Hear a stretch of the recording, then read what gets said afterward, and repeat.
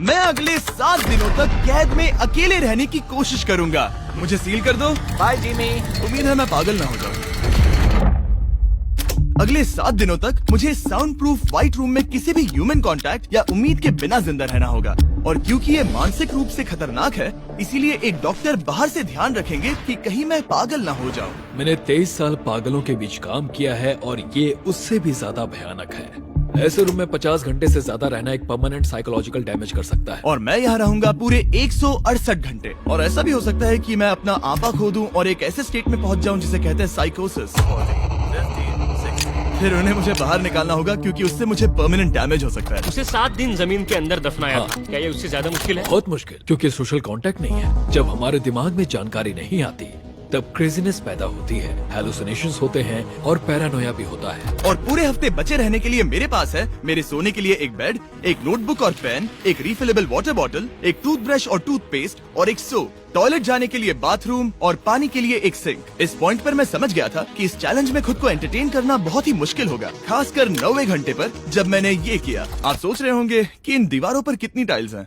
और सही जवाब है पूरी 1900। और अगर छत और फ्लोर को मिलाया जाए तो ये है पूरी 2860। पर सबसे ज्यादा जरूरी बात यह है कि मुझे जोरों से भूख लगी है, यानी खाने का वक्त है। अगर आप सोच रहे हैं कि मुझे खाना कैसे मिलेगा, तो यहाँ है एक कन्वेयर बेल्ट जो पूरी 100 फीट की दूरी तक फैला है, ताकि मुझे ह्यूमन इंटरैक्शन के बिना ही खाना मिल सके। शायद मुझे अंदर 14 घंटे हो चुके हैं। कमाल की बात है ना, मुझे अभी से 2 घंटे ज्यादा लगने लगे हैं। और चैलेंज का सबसे मुश्किल पार्ट, अब तक मेरा खाना नहीं आया। सोच रहा हूँ यहाँ आने से पहले मुझे ज्यादा खाना खा लेना चाहिए था। जल्द ही कोई मुझे खाना खिला दे तो बहुत अच्छा होगा। तुम्हारा दोस्त बहुत भूखा है। क्या तुमने अपने हाथ धोए? हाँ बिल्कुल धोए थे। नहीं धोए। हम उसे खाना रैंडमली भेज रहे हैं ताकि उसे वक्त का पता ना चले। जैसे अभी 6 बजे हैं और हम उसे ब्रेकफास्ट भेज रहे हैं। मेरे दोस्त मुझे कब खिलाएंगे?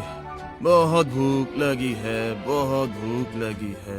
अब क्योंकि ये रूम साउंड प्रूफ है, खाना आने के बावजूद भी 2 घंटे बाद चेक करने पर एहसास हुआ कि खाना आ चुका था। मैं चल भी नहीं पा रहा हूँ। अब ये थोड़ा ज्यादा ही हो रहा है। Come on. तो जब मैंने फाइनली चेक किया, ओह, मैंने सोचा नहीं था कि खाना आएगा।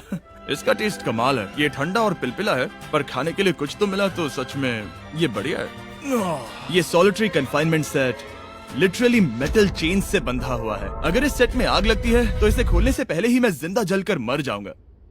जाने दो, मैं उसके अलावा कुछ और सोचना चाहूंगा। अगले कुछ घंटों के लिए मैंने खुद को ज्यादा से ज्यादा स्टिमुलेटेड रखने की कोशिश की।